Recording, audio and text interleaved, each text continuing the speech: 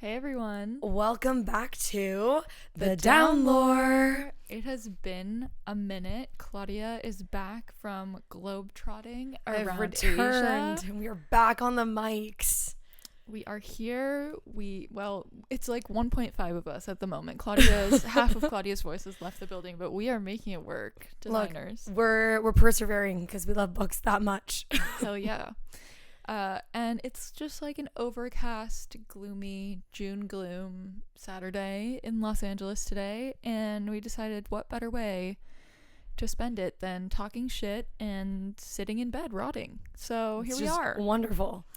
So while I was out of town, I actually ended up doing a lot of reading because I had lots of flights, lots of like just kind of travel in between time. And while Natalie and I were kind of just like chit-chatting about what she was reading, what I was reading, we both ended up in this spot where we were reading books that were popular on Booktok. And we were like, we need to see what all the hype's about. Different books, different series. And both of us were like, wait, not sure we actually like this. Mm-hmm. Maybe we actually hate these. Mm-hmm.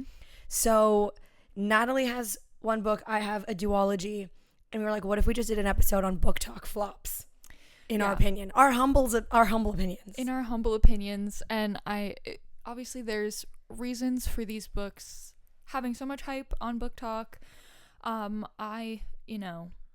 Based on the tropes and everything that's included in them, like I can see why they would have gotten popular, but they just did not hit the spot for us. And so we thought, let's just unpack why we think these books miss the mark and why we think Booktok seems to disagree with us on that. And just as like a warning, I have not read the book that Natalie's going to talk about. She has not read the books that I'm going to talk about. So as we're like explaining and going back and forth, like we'll ask each other probing questions. But one of us is completely in the dark.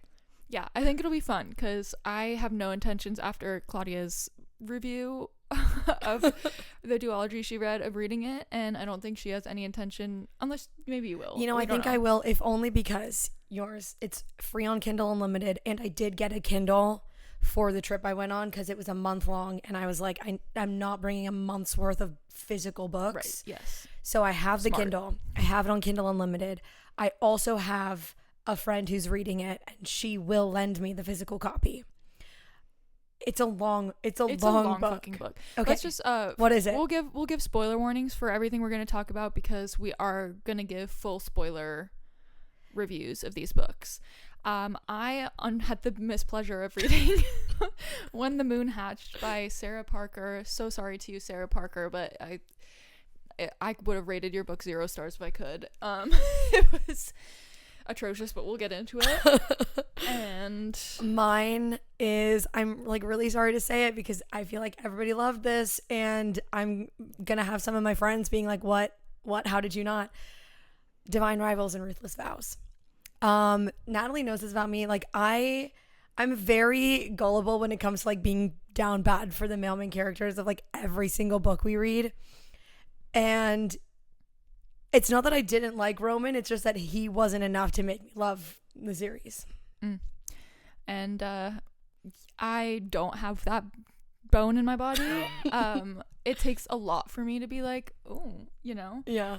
We had one recently that we could talk about later, but yes, let's talk about that one at the end just to give everyone but this one was just a train wreck from start to finish, and I cannot wait to spill my guts about it because I don't know anyone else who's read it, and I haven't been able to really, really air out the dirty laundry of this book yet. So I'm very excited today to get this out of my system. Yeah. And forget about it forever. When I downloaded it on the Kindle and I saw it was 700 pages. When the Moon Hatched, it's like 700 pages. 700 pages. Okay. That's insane. So do we want to start with When the Moon Hatched? Yeah, let's go for it. Okay. So we were writing down some notes. I just wrote, where do I even begin? Because I truly and utterly did not really know where to begin with all of the things I disliked about this book. Let's start with why I chose to read it in the first place, because there's a lot of TikTok books that I pass on because I just, for example, Powerless. I don't think I'm ever going to read it. I've read it.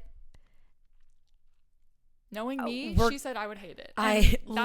That's a big indicator. Yeah, we'll talk about it eventually. Like, we might, who knows? We might talk about it on Booktok Flops 2.0. Yeah. Anyway, we'll come back to that one later. I decided to read it though because it had a lot of the markers of things I do enjoy in books. Dragons. Usually big fan of when books have dragons. Like even Fourth Wing, yes, had lots of tropes that were way overdone, and I hear the complaint of the prose being very rudimentary. This book suffered from the same disease, which I'll get into in a minute. But dragons. In that book, at least the dragons like had personalities and were real characters and were very involved. They had like powers. They were very tied to the main cast. In this book, the dragons are, you could take them out and there would be zero difference made. Are they actually present, or are they like part of mythology? They're like present. The lore? They're present and they're part of the lore. It's very strange. I'll get into the world building first, because that was where we first went wrong. There was so much going on, and it was all completely incongruent. Like, so many mythology things, and just nothing like made sense together. It was so bizarre. So first of all, when you open the book, the first thing you're greeted with before you even get to the prologue is like a 10 or 20 page glossary of terms, which is a red flag. If you are needing to describe 20 pages worth of terms before the reader gets into the book up front, that's probably a sign that you did too much. And that should have been my first red flag. I was reading through it and I was like, first of all, I skipped it because I was like, I don't want to inundate myself with like all of these definitions before I even start reading. Like, I can just pick it up as I go. And like, I kind of did, but there were definitely moments where I was like, I have no idea what geography we're referring to right now. I have no idea what first of all, the timing. I detest with a passion when books decide to, especially in fantasy, it really only happens in fantasy, when they rename things that already exist in the real world. Like, in theory, I get when you're world building, you need to create different technology that might not exist in the real world, or creatures that don't exist. But if something exists in the real world, like a fork, just fucking call it a fork. We're reading the English language. You shouldn't have to have a glossary term that says fork. Blah blah blah means fork. Like, unnecessary. We don't need to call a fork a threek. Like, you know what I mean? It's it's stupid. Like, and if dumb. you're gonna have terms that you're putting in a glossary that have definitions, they should be things that do not already exist. And that's why we have no concept of what they would be unless you define them. Exactly.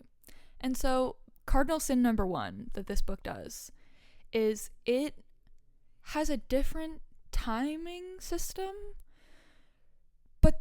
A day is called a day. It's just spelled D-A-E. And every time I read D-A-E, I wanted to put a bullet in my brain. Does she use that spelling even when it's not like in dialogue? Like, even in just like the normal prose? Yep. It's also all from the first person. Oh, I see. So it's like internal monologue, as they would think the word day is spelled. And also night is slumber. It's just dumb. It was just night. Fucking stupid. And of all the things to define, just leave day and night alone. Like, those are so simple. Why do we need that? I think the reason she did it is because, okay, this was another confusing part. Because there's not like sunrise and sunset. It's aurora rise. Of course. And aurora set. Of course. Because instead of a sun, there's this aurora, like of ribbons, like the northern lights that illuminates this world. But there's also a sun, so it doesn't make any fucking sense. And there are about a bajillion different moons in the sky. The whole reason that I wanted to read this book was the dragons that are the part moons, sounded right? really cool. The hook was like, it sounded very like Japanese folklore kind of in the blurb. It was not like that whatsoever at all. I usually love like East Asian mythology and folklore inspired books. They usually hit for me every time. So I was like, okay, this actually sounds like a Booktok book that I will like. But the dragons, okay, the concept is the dragons fly into the sky and then calcify into a moon when they die. Okay? All right. Very folklore-y. has absolutely nothing to do with the plot except for one thing that I'll get into in a minute. And there's just like a bunch of moons and a sun, and yet we're also like on an aurora cycle. But we're tracking by the aurora cycle. And there's like phases instead of years. It makes no sense. The timing was absurdly confusing, and every single time they like mentioned, and it's mentioned so much. Because the main character, like, we'll get into it, but she's gone for a large portion of time, and they keep referring to it as like 100 phases or whatever, and I'm like, okay, so 100 days or 100 years, like I don't know what we're talking about. It's so stupid. So I hated that.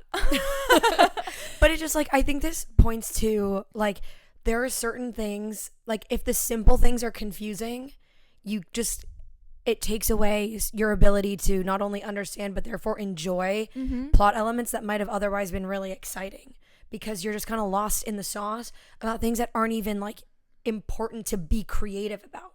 Exactly. Totally agree. So yeah, I hated that. They also just like the aurora, despite everything in this book being way over described and like just way too many adjectives that didn't belong there. 700 pages, got it. 700 pages of adjectives and talking about the aurora cycle. It's never described visually. I had no idea what I was supposed to be picturing when she was talking about she just said like the ribbons in the sky, and I'm like, what the fuck does that mean? It's never described in like a meaningful way where I could actually picture it and like understand what she was talking about. That's unfortunate. The aurora is so beautiful. I'm like, okay, and what does it look like? Like, tell me. Yeah. And of all the things, an aurora is actually something we would understand. Yes. Like because we have that. So, I mean, and I had like that image, and that was about it, but I was like, is it still like kind of dark, but it's just like illuminated by colorful bands of light during the day? Like, I don't understand. I didn't get it, and I hated it, and it was bad. Okay, moving on, because I have a lot to cover here. So the mythology of this world, there's 5 gods, and each of them is like an elemental god, with the exception of the 5th god. So there's the earth, wind, fire, air, and then the 5th god of the ether. Okay, and that was cool. I like that concept. Yeah, it's very Avatar: The Last Airbender +1. Oh, we'll get into that. They had me in the prologue. I was like, oh, I'm kind of into this mythology, like 5 gods. One of them is like the ether guy. He was super angry. They didn't like him. They killed him. They put him in this stone. And so now the ether god is in the stone, and the other ones are just like running around doing their thing. That's giving like Erewhon locked in a sarcophagus. Yeah. Throne of Glass and vibes. We'll get into that too. There's a whole lot of plagiarism happening in this book. Yeah. One of my friends actually who read this book said it gave her Throne of Glass vibes. Oh, and yeah. It is a very Sarah J. Maas patchwork going on here. Got it. All right. I digress. Continue. Yeah. So I was into that. And then about 3 chapters in, it started rapidly devolving because the whole 3 chapters. Yeah. Literally, they had me in the prologue in chapter 1. I was like, okay, this is kind of fun. Mm-hmm. She was like in this tavern, and no one had really opened their mouth to have dialogue yet, so we didn't hear them speak. Yeah, and I was the illusion okay. hadn't been shattered yet. No, I was into it for about 2 chapters. And then you discover that they're all fae, and they are required by law to wear beads on their ears to indicate what song they hear. And then you're a null, and you have a clipped ear, so like a rounded edged ear instead of a pointy ear like a fae. Also, I think there's humans, but that was never explicitly described. Like, I think everyone's fae, but I don't know. It's very strange. Also, besides hearing these songs, so you hear the elemental song, and you can like call upon the god to do something for you, but you don't actually have the power in yourself. Got it. So they don't have their own magic. No, but they can hear that. It's very, I don't know. And so you can have like 1 or 2 or 3 songs that you hear, or you don't hear any.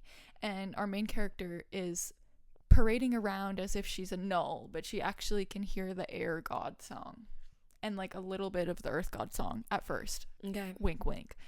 And I was like, okay, that's kind of, I don't know how I feel about that as like the magic system, but we'll keep going. I'm literally looking at Natalie's notes. Just laughing. Yeah, and so this main character, we'll get into her now because I can get back to the rest of the world building stuff as I talk about the plot. So the main character, her name is Rave, so like Maeve with an R. Okay, Ooh. Right. Ooh, throne of glass. She is quite literally cut and paste Selena Sardathian. Knockoff Selena. Knockoff Walmart Selena with zero of the redeeming qualities and twice as annoying. So, are you ready for this? Buckle up. Yeah. She has a past life that she doesn't remember. She has amnesia, okay? And she doesn't, for some reason, like, she hasn't connected the dots. That she doesn't remember her childhood, but she just, like, appeared one day and has no memory before this certain thing. She woke up in rubble. Does she know she has amnesia? Like, does she recognize that she doesn't have any memories from before? It's not made clear. Good. But, like, she doesn't remember her childhood, but she doesn't talk about not remembering her childhood. She's just acting like everything is perfectly normal and does not refer to having amnesia whatsoever. Got it. So she's, like, going about her business. Right. With, like, zero memories from before a certain point. Yeah, just, like, woke up as an adult and then decided to become an assassin. Sure. As one does. Right. So, in the first chapter, she's, like, going on an assassin mission. She kills the guy, and then she never kills anyone after that, even though she's supposed to be this big bad assassin. Okay? We learn later that her past life was that she was a princess. Of course. Whose entire family was murdered in the middle of the night. Of course. And that her past life is dead. Believed dead. Presumed dead. Okay? Wow. Sounds like Selena Sardathian to me. Sounds very much like Aelin Selena to me. And her family is the one that's cursed to wear the diadem of the, like, stone of the ether god. Okay? Naturally. And it, like, suppresses them. It's, like, weighs a lot and they don't like it. Sounds very word key, like, stag totem to me. Right. And, like, the freaking amulet of Orinth that had the word key in there. Yeah. Right.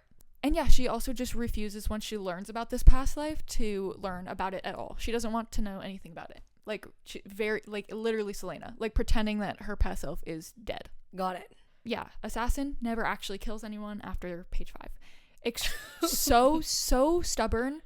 This part was so irritating. She, like... And, like, that's saying something coming from Natalie because, like... We enjoy characters in, like, I think we enjoy different characters in different series for different reasons, the two of us, but, like, you're a big Nesta stan. Yeah, I love a character that sticks to her guns, but, like, for a reason, okay? She is unreasonable about sticking to her guns, and it's just, I think the author couldn't come up with anything else to make her be stubborn about this thing. So she just decides to remain stubborn about one thing that we never learn about. Like, she keeps referring to, like, these two women's names that are allegedly dead, and we don't know what happened to them. We don't know how long ago. She just keeps talking about it as if it's, like, this huge, gigantic, traumatic event, and how she can never love again because she is the reason that these two people are dead, and we don't even know what happened to them. So she just, like, uses that as her crutch to... The entire book, all 700 pages, never stops. It's crazy. It's like, I can be a cunty bitch because this happened to me and I'm not over it. And she never explains why it was so traumatic. And she doesn't even say what happened. She's just like, oh, I can never love again because Fallon's dead. And that's it. And you're like, okay. Who's Fallon, though? That's unfortunate. It's, yeah. Okay. We also learned that in her past life, her princess past life, she was super special and powerful, and she was able to, like, get this rare dragon. And wow, this is very... Yeah. And the rare dragon decided to curl up and die with her when she died. Okay, so she dies, and then the dragon curls around her and goes into the sky and calcifies with her in it. So she does die. So she's been in the sky before somehow being an assassin. Yeah. Yeah. Wild. So she's dead in the sky. Ready for this? This is where Avatar comes in. Uh-oh. One day... I'm so scared. One day, the moon falls to the ground, shatters into millions of pieces, and she comes out alive. And we are led to believe that the dragon has put forth its last life energy to, like, save her. Yeah, it's giving Princess Yue giving her life for the koi fish that becomes the moon again. It's also giving Aang being inside of the ice for 100 years with Appa. That too. And then being awakened. There's just so much. So, Oh, by the way, also she is the Avatar and she can hear all 5 songs. But Of she's course. actively choosing not to listen to them because she's apparently traumatized by fire because she was tortured by it, but we don't know why, and we never learn. And apparently there's more books coming, and I don't want to read them. So, yeah. Oh. So, yeah, just like really insane patchwork of things going on here. And of course, last but not least, she's so tiny. Of course, she's like 5'1", Right. probably. Tiny, so tiny. Now we'll move on to the male main character whose personality trait is being so big. Yeah, just being, Of course. being huge as a personality trait. Literally, I wrote down main personality trait is being large and brooding. Which, okay, to be fair, brooding, sure, that is a personality trait. Being tall and broad, not a personality trait. Like, that's a physical description. And yet somehow and he makes it one. It's a personality trait now. We also like get his POV later in the book, but it's like all her POV until like chapter 60, and then we start getting other POVs, and I'm like, it's so confusing. I forgot to mention she has a split personality called the Other that we are supposed to, I think, infer is the dragon taking over her body. Ah. Yeah. Okay. So, yeah, just had to mention that. Anyways, male main character's name is Khan. He is the quote-unquote evil king who's secretly good, and he will kill anyone who touches her. Of so course. we're playing with cut and paste Rhysand, but not charming, and instead desperate. And we learn that he was in love with Rave before she died. When she was a princess. After her family dies, she like comes to his lands, and is she like seeking asylum? I guess. I don't even remember. It's not important whatsoever. Great. Glad I asked. And they fall in love and whatever, and she's like, no, I have to go, and then she ends up getting killed and whatever, and he is like sad about it for so long, and then he finds her in the tavern that she's in on her assassin mission in chapter 1, and he's like this mysterious guy wearing a cloak, and she's like, he smells so good, and decides not to kill him, even though he's like a giant threatening presence. It's all about the scent. But then also is completely resistant to any advances from him the entire book. So does he recognize her right away? Yeah. Okay. But he like isn't sure that it's actually her, and then right, because he's like, she's dead. Yeah. But she's here. Yeah. Cool. Yep. And apparently he's been like putting her dragon back together from all of the fallen pieces for like 100 years or for 23 years, however long it's fucking been since she fell out of the sky. Cool. Yeah. We also later on meet his fake inner circle. So he has a brother or like a cousin who's like a bisexual alcoholic, and that's his personality trait. There's also the stubborn and mean, most beautiful in quotations brunette. So it's not Morgan because it's a brown-haired girl instead of blonde. And there's one more that I don't remember the name of and has no relevance. No relevance. It's like Asriel if he didn't have any charm. Okay? So there's that. So the romance between these two. As I said, she immediately smells him and thinks he smells so good, and it is just complete insta-lust because he's in love with this version of her that no longer exists because it died and she has amnesia and she doesn't remember him, but he remembers their past life. So she's actually not the same person anymore, but is in the same body. Right. And she thinks he smells good, but she talks about wanting to kill him every 5 seconds. It's the foundation for a wonderful relationship. Right. So if you've ever seen the movie The Vow with Channing Tatum, and I forget the lead actress, but they get in a car crash and she gets amnesia and forgets about him. It's that, but gone wrong. He also, out of absolutely nowhere, and it's never fucking explained, which made me go crazy, his pet name for her is Moonbeam. Okay? So that is so Throne of Glass coded. That is just ripped straight out of Throne of Glass. Just decides out of absolutely nowhere to call her Moonbeam, and we never get an explanation as to why. He never says, oh, I called your past self Moonbeam. Never that. Okay, I haven't even read the book, but like it would be an easy explanation. Like she was dead up in the sky in the moon and then fell back down to earth. It's giving Moonbeam. It's giving Moonbeam. Like that's just put it in there. Of all the things to explain, why not put that there? Also forgot he has tattoos all over his back, and it's like a scene of the moons in the sky. It's like a Ben Affleck style tattoo. The phases of the moon. Or like it's all of the dragon, like the actual dragon calcified moons that are in the sky. Cool. Right. And yeah, as I said, the whole romance, people say it's such a good slow burn. Baby, in what world was this a slow burn? They are immediately like salivating at the mouth, foaming at the mouth for each other, and she is like, but I can't be in love because of Fallon being dead. And then she talks about wanting to kill him over and over again, and then never does. And it is literally every 5 seconds we either get, oh, but I can't, too bad, like I can't be in love with him because of Fallon being dead. I should just kill him instead. Right.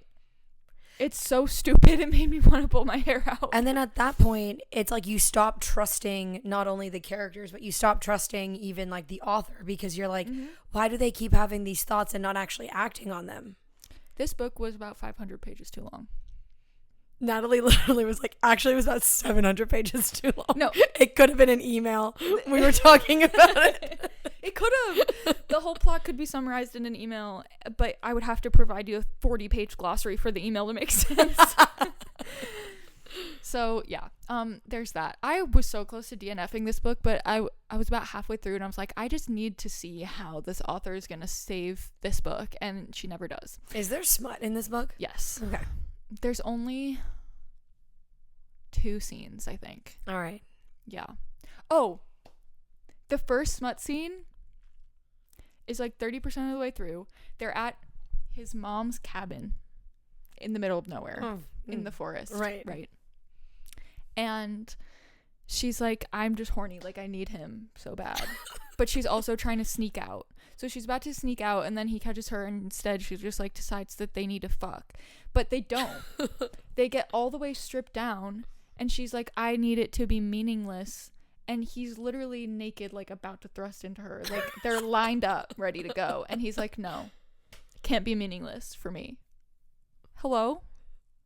And then she sneaks out anyway. And when she sneaks out, why was she trying to sneak out? Because he's like holding her captive or something. I don't fucking know. She's so weird. It made no sense. She's like, I just have to get out of here. Like, I can't be around him. But she also, like, everyone believes her to be dead. So it makes no sense. And yeah, because he like saved her. She went to prison for something, and then she was gonna get burned at the stake, and he saved her with his dragon and took her to the cottage in the middle of nowhere, and she just needs to escape because she can't possibly fall in love with him because of Fallon being dead. Right. So they're like on the lam, and she's like, gotta stay in hiding. He's like, you gotta lie low. And she's like, I like you too much for my own good, and I kind of want to kill you, but I'm not gonna act on it because I don't actually want to kill you because I like you. Oh, by the way, also, there's a whole scene where he, like, makes her soup. This is so... in the cabin. Why? I would feel... If I was Sarah J. Maas, I would be so upset. I'm like, I have secondhand embarrassment because I feel like those aren't even, like... Those details just, like, come up with something else. Like, it's really not all that hard. Cook literally anything else. It doesn't... Like, soup is so... It was literally vegetable soup. So dumb. I know. And then do the authors think we won't notice this? Like, do they think we're dumb? I guess. I don't know. They're like, well, it worked for Sarah J. Maas. It better work for me too. Gotta put soup in my book. Yeah, stupid. And one thing I skipped over that I can come back to now. When she runs away from the cottage, she runs into this creature called the Fate Herder, which is literally a creature that just like herds her where she needs to go for the plot to move forward. Like, she didn't even try to disguise it. It was literally such a crutch. Yeah. The dumbest thing ever. And you know where it takes her? It takes her to this like savage tribe that views women as baby making machines, and they're like, oh my god, the Fate Herder brought you here. You're like special princess, and we need to have these 2 people fight to the death so they can impregnate you. And then of course the male main character shows up, and she tries to fight for herself, but the guy poisons her, and then they have to So what, does Khan fight for her and like win her? Yeah. Yep. That just gives the ick. Okay, we're getting there. So, yeah, we'll get into some more plot points that annoyed the fuck out of me. So, I just touched on the trial where she tells off the queen and then gets saved by Khan, where she was about to get burned at the stake. The tribe. From the first chapter, there is a bizarrely large amount of sexual assault and rape references. Ooh. And how it's normal in this society. Ooh. And, like, it adds nothing to the plot. There's no reason at all for that to all be there. And there's just repeatedly, like, gross behavior from males. Because they're fae. Right. That is just, like, that's dismissed icky. as normal to society. And why then, would you even put that in there? Right. And then Khan is supposed to be this, like, paragon drinking feminist juice. Like Rhysand. Mm-hmm.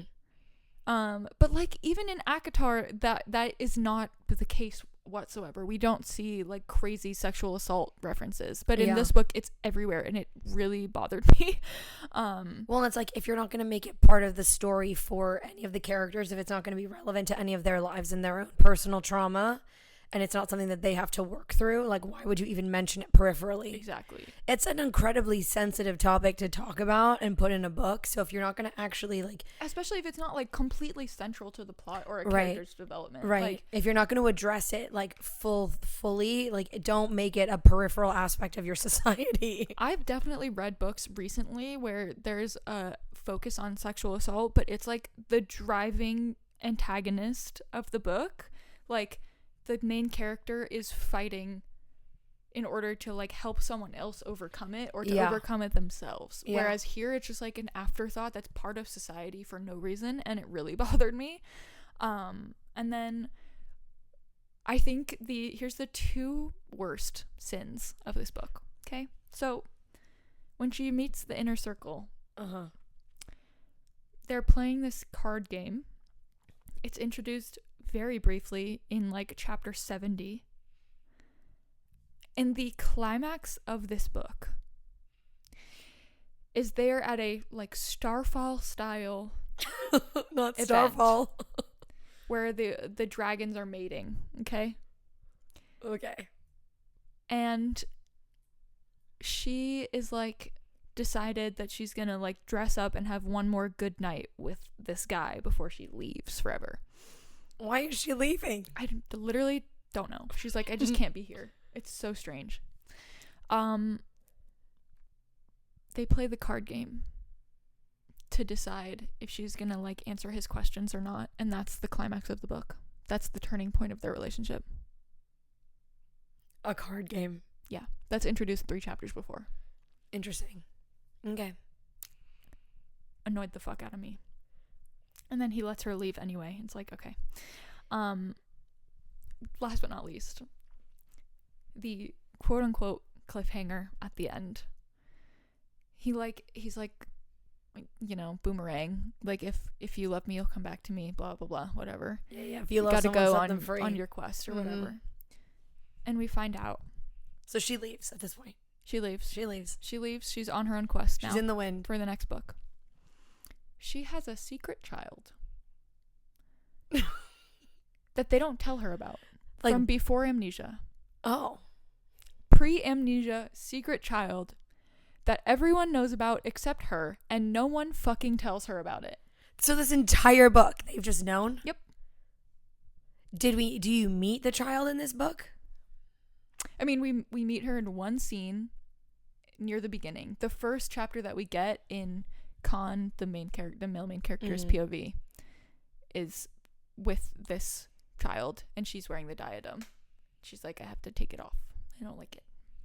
It's uncomfy. Yeah. Meanwhile, her mom doesn't right remember anything and is dead in the sky. Like, it's so wild. Yeah, so that's the plot.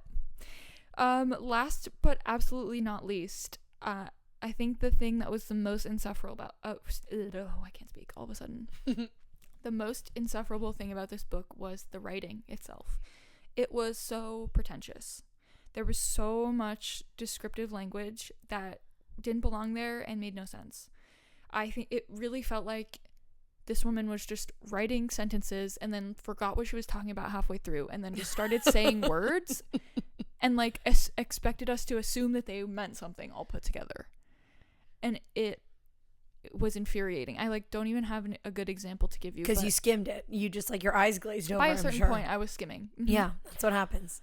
It was really crazy. And the dialogue was insane because the book is supposed to be like medieval fantasy vibes, and she successfully does that for 2 chapters, and then all of a sudden they start talking like they're in a fraternity. That is so funny. I wrote down, and this is true, this is a true statement, flagrant overuse of the word microcock. I saw that line in the notes, and I literally, while we were recording, and I nearly lost my shit. Girl, why are we saying every 5 minutes that men who disagree with you have a microcock? She's just that's her one insult. That's her one insult. She throws it at everyone. That is so funny. It's so stupid. I was like, hello. Can we come up with absolutely anything else? So yeah, in summary, that's when the moon hatched. If you read it, or if you plan to read it, I hope you enjoy it more than I did, because it made me want to pull my hair out. It was awful. I will not be reading any of the other books that come out in that series, unfortunately. I wanted to like it so bad, and there was just way too much happening, like from the singing to the beads to the dragons that meant nothing to the plot to the like insta-lust weird romance and the annoying female main character. I just could not. Yeah. And her microcock of a vocabulary. Yep. Oh, what a time. Yeah, I absolutely hated it, and I hope you don't, because no one deserves to suffer the way that I did. Nice. Well, thank you, Natalie, for taking one. You're for so the welcome. Team. I'm so glad that I got to vent about this book. Okay, so while Natalie was reading When the Moon Hatched, I started reading Divine Rivals, and so I had like 3 big main gripes with Divine Rivals. And while I was listening to you talk about When the Moon Hatched, I kind of started to realize that I think like both of these books, and I mean in my case the series, the duology, whatever, kind of fell on like very opposite ends of a lot of spectrums. They were like too extreme, but like for opposite reasons. So like yours was too busy, and there was like so much going on that like didn't actually add anything to the plot. And then in Divine Rivals, I'll get to this like in more detail a bit later, but it just felt almost like it was too simple of a world, and because of that, like the hits didn't really land, you know? Mm-hmm.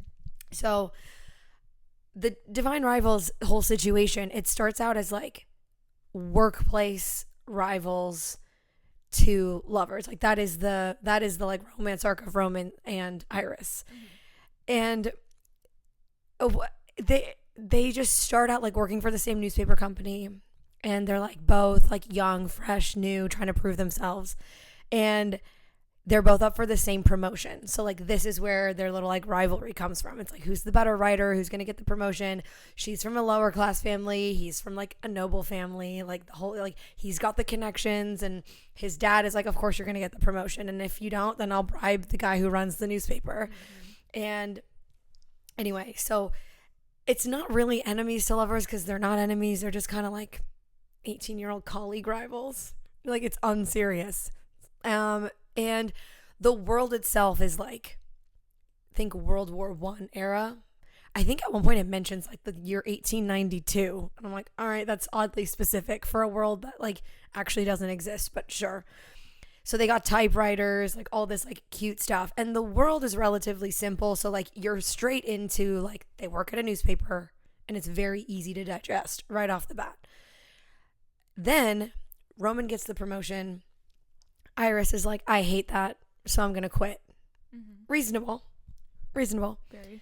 She goes to work for the rival newspaper company and applies to be a war correspondent, because of course there's a war about to break out. Of course. And so she goes and she gets sent to the front lines, to be this war correspondent. And Roman's like sitting back at the old newspaper company like, work's not fun now that I got promoted, because it wasn't actually the promotion that I wanted, and it's not actually the work that I like. It was working with Iris. So he like goes, chases after her, joins this other newspaper company, also becomes a field correspondent for the war. Now, so they both abandoned the promotion. Yeah, right. They both abandoned one newspaper for another, and they abandoned safety in their little like town that is still trying to ignore that war is imminent and go to the front lines. Now, wow, what a different era to have the privilege to abort a promotion. Yeah. Would not ever do that these days. Yeah, right, exactly. So the entire time that this like little workplace shenanigan stuff is going down, Iris and Roman have these magical typewriters at home, their own personal typewriters. And they are connected in a way where like if you write on one, you can send it to the others. And so Iris does not know this to start. She's just been writing letters to her brother, and who's like fighting in the war. And she's been placing them underneath her wardrobe, and they magically disappear. So she's like, I don't know where they're going, but hopefully he's getting them. Letter after letter after letter. She just like cathartically writes letters to her brother, Forrest. And then eventually someone writes back and it's like, this isn't Forrest. Never says who they are. Just, this isn't Forrest. We come to find out Roman's the one, of course. Roman's the one, of course, who's been getting all of these letters the entire time. And he knows it's her because like, who else has a brother named Forrest? And he knows that because he works with her. And like, she talks about her brother Forrest. So he's known this entire time that she's been writing these letters. He finally starts writing back. They correspond back and forth. He goes by his middle name so he doesn't have to tell her that it's him. And at this point, he's like in too deep. He like can't bring himself to admit that it's, that it's him. Right, because that's weirdo behavior to be like, I've been reading private letters that you've been sending to your brother. Naturally. So then they end up at the front lines. He gets injured in I don't even remember. Somehow he gets injured and there's an explosion of some sorts. It's war. She goes, somehow it comes to light to her now, finally, that he's the one who's been responding back. And she's all hung up on the fact that he's there and thinks that like he's trying to outshine her again, like with the old promotion situation. Then she finds out about the letters, and instead of being like, that's weird, why didn't you tell me? You've been keeping this a secret from me this entire time. Why? And instead of being hung up about that, she's like still hung up that he's trying to outshine her. And he's like, no, I followed you here because I actually kind of like you. And she's like, you've been hiding your identity with the letters this whole time? And he's like, yeah, I was just in too deep, man. Like it was too much. And she's like, immediately just reconciles that. It's like, it's okay, that's fine. I like you too. They get married 2 days later. No. The romance pacing, I swear to God, I was like, this is so insane. Even for me. Even for someone who's like really a big romance girly. Like I live for the romance plots. Even that, I was like, I don't believe this. No, that's crazy. And like, I get it. It's like fiction isn't real. Like it's not quote unquote believable. But like, even for that, it just felt so anticlimactic. Like a wedding should feel like such a high. It should feel like the romance has taken like such a journey to get there. And it just did not have like the build up the high didn't feel high enough, because where they should have had a struggle, she just skipped it completely. She made a big deal, or Iris made a big deal over Roman continually like being her work competition, and like couldn't put two and two together that one does not quit a stable job that pleases your mean dad and go to the front lines of a war just to one up you again. Right. Like you do that for someone you are down bad for. Down horrendously. Horrendously bad. And Roman doesn't understand that she doesn't see that, right? So he's like, how could you think I don't love you? I'm literally doing all of this. And he like lists it out. And she's like, yeah, you're here to undermine me. And he's like, literally no. Literally no. Oh, and then what should have been like a big emotional thing with the letters and the betrayal, quote unquote, of not knowing it's been Roman the whole time when he knew it was her, that's like a non-issue. That's so stupid. Why even is. bother with the betrayal of it all if it's not going to be a betrayal? Right, exactly. So like that didn't hit. The betrayal didn't like tank her. So then the wedding couldn't be like as impactful because there was no like coming back from anything. Yeah. Okay, so that's the romance pacing. Second thing, when you compare the plots of book 1 and book 2, in book 1, Roman and Iris are corresponding on their typewriters. Iris doesn't know who she's talking to, but Roman does know that it's her. At the end of book 1, Roman gets captured by the enemy. His memories get wiped, but he still has his typewriter, and Iris still has one of the magical typewriters connected to it. So they are still corresponding in book 2, but now it's flip-flopped. Roman doesn't know who he's talking to because he doesn't remember Iris. But Iris knows it's Roman. It's just lazy. It's literally the same plot. It's the same exact plot, just reversed. It just felt so. That's like what Iron Flame did to Fourth Wing, where Yeah. it's like the same plot again, but instead of them both being at war camp, it's now one of them is not at war camp anymore, and that's it. It's the same plot. Yeah.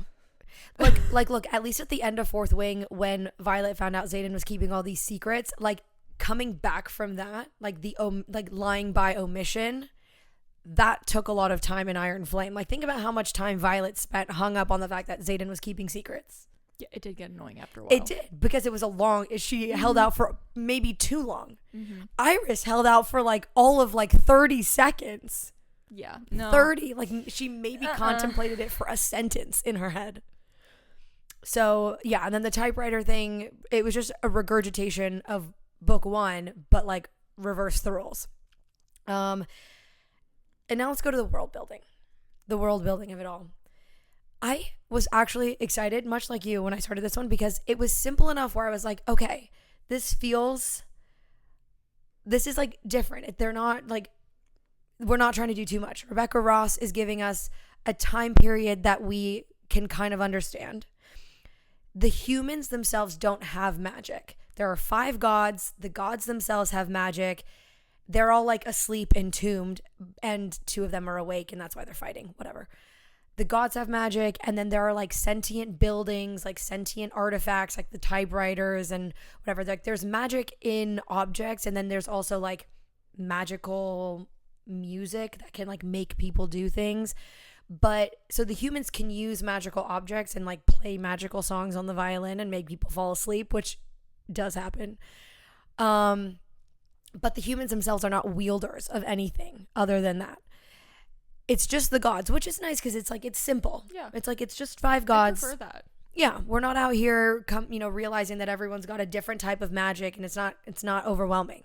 17 signets and oh.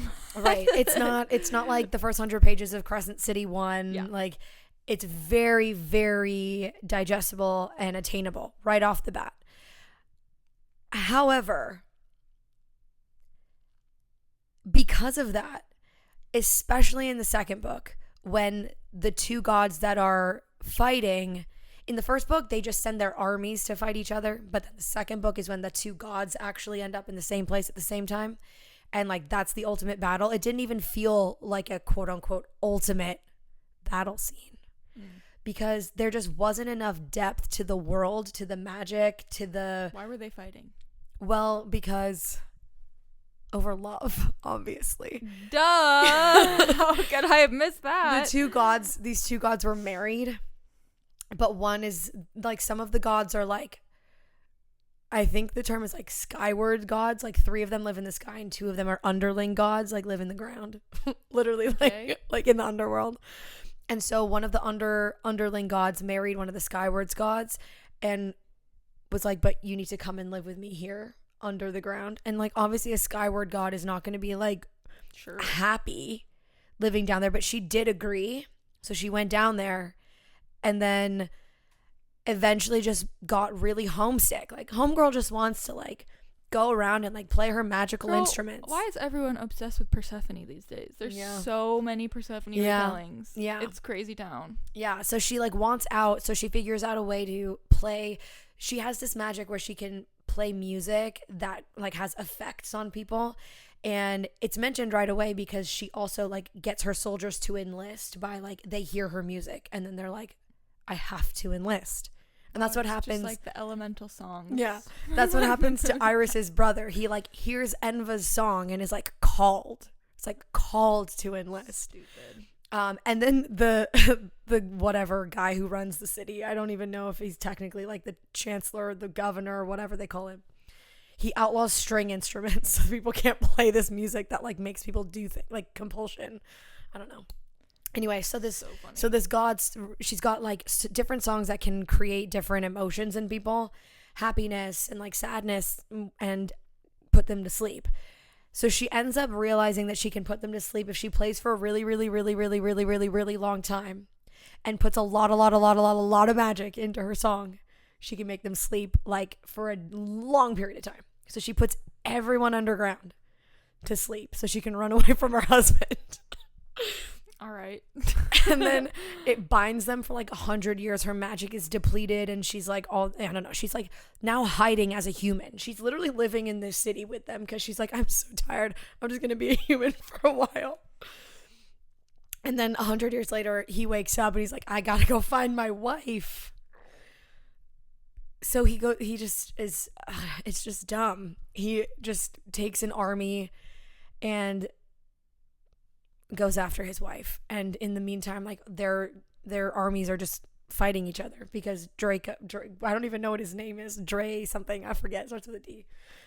It's like reminiscent of like Draco, so like I don't know, he just wants to go find his wife. Wow, I'm bored. Yeah. So by the time he ends up, like his army and her army end up in the same place at the same time with them, like they're there. I like couldn't even tell you how the final battle scene went because it really didn't feel like there was that much.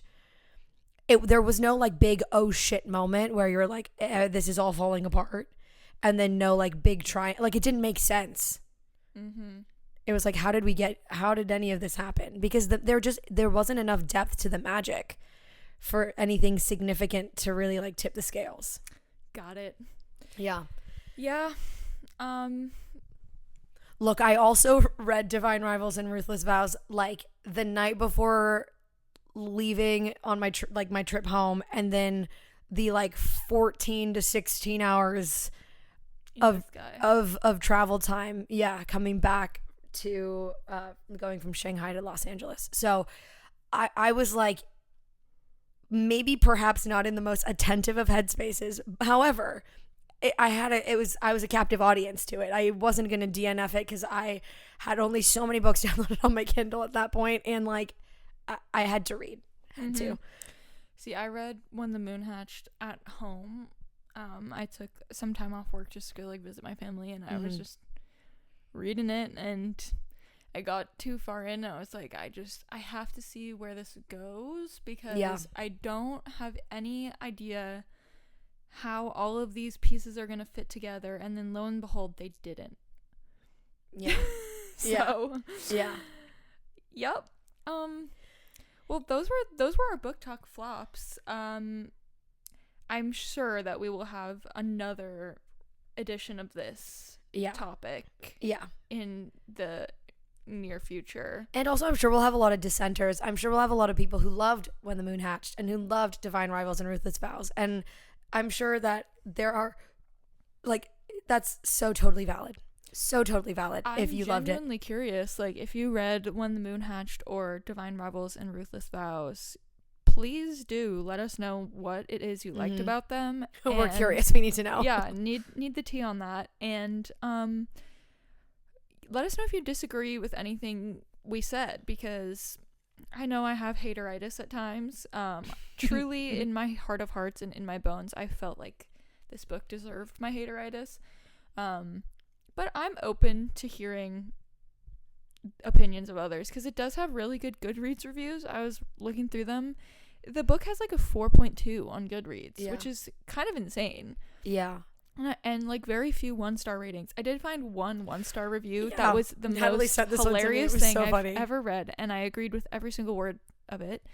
But then there were so many 5-star reviews being like, wow, like favorite fantasy of 2024, so obsessed with Khan, like such cool world building. And I was like, oh, I don't know what fucking book you read, because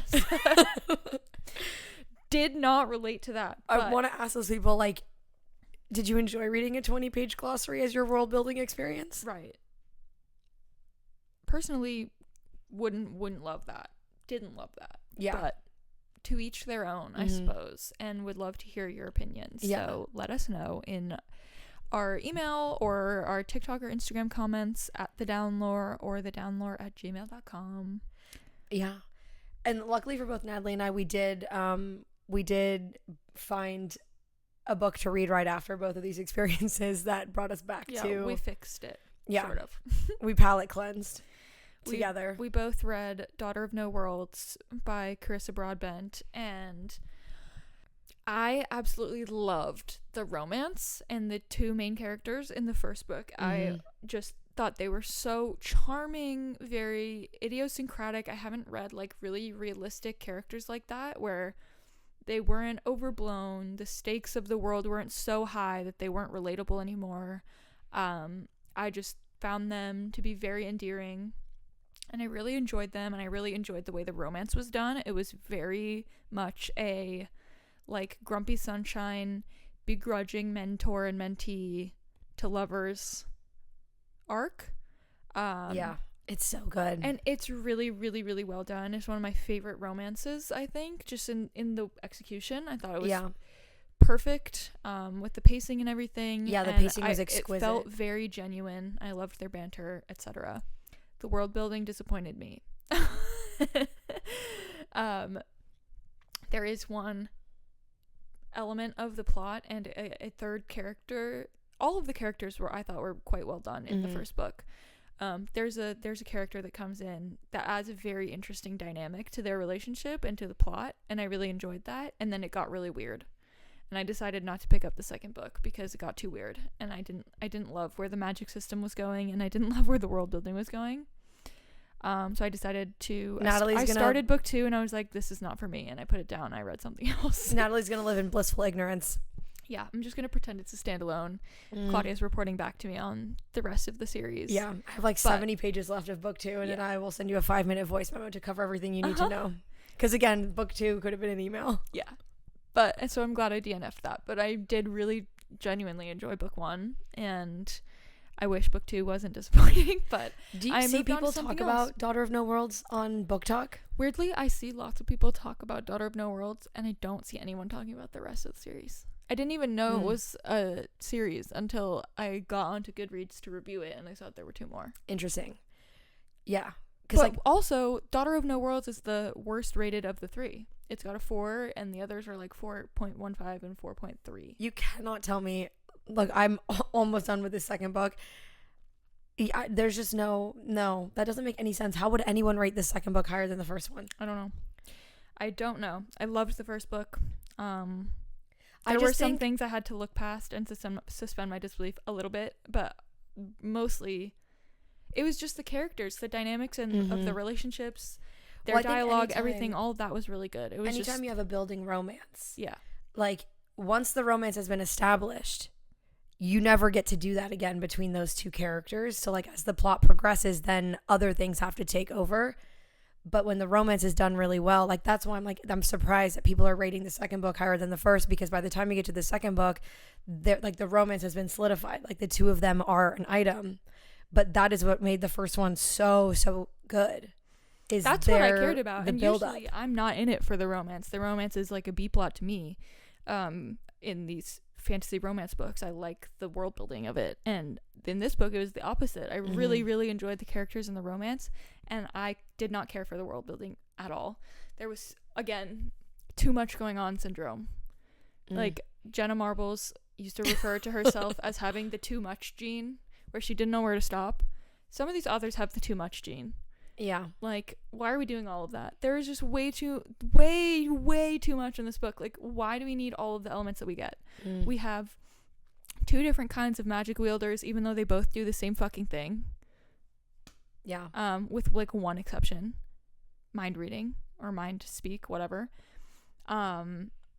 There's, like, runes kind of things that... Stratograms. But they don't do fucking anything that special. They, like, teleport people from place to place, and it's like, okay, just walk then.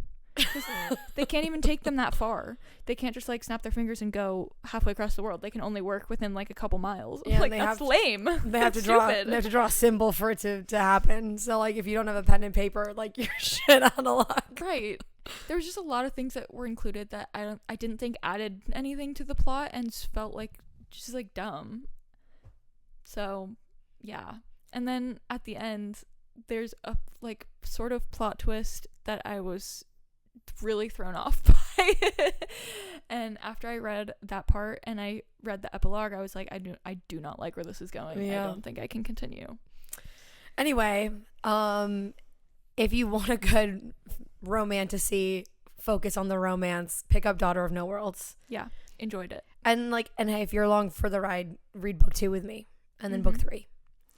And if you just need like a quick bite palette cleanser, the thing that I read to get me out of my slump post When the Moon Hatched, or no, I think I read it before I read When the Moon Hatched. I read it a little earlier. Nettle and Bone by T. Kingfisher. It's like 250 pages, super quick. It's adorable. I'm reading Paladin's Grace right now by T. Kingfisher, and it's also short, sweet, gorgeous prose, simple, understandable world building, and characters are enchanting. So sweet and awkward and endearing. Paladin's Grace is a series. There's 4 books. Got it. But Nettle and Bone is a standalone. Cool. And it's very short and sweet and cute, and I loved it. Wonderful. Yep. All right. Cool. Well, that's what we're reading and that's what we're hating. Yeah. That'll do it for this episode. Thank you guys for listening. Follow us on Instagram and TikTok at thedownlore. Send us an email if you have thoughts, thedownlore@gmail.com. And like our podcast, rate us 5 stars on Spotify or wherever you're listening. And we'll see you next time. We'll see you next time. Bye. Peace.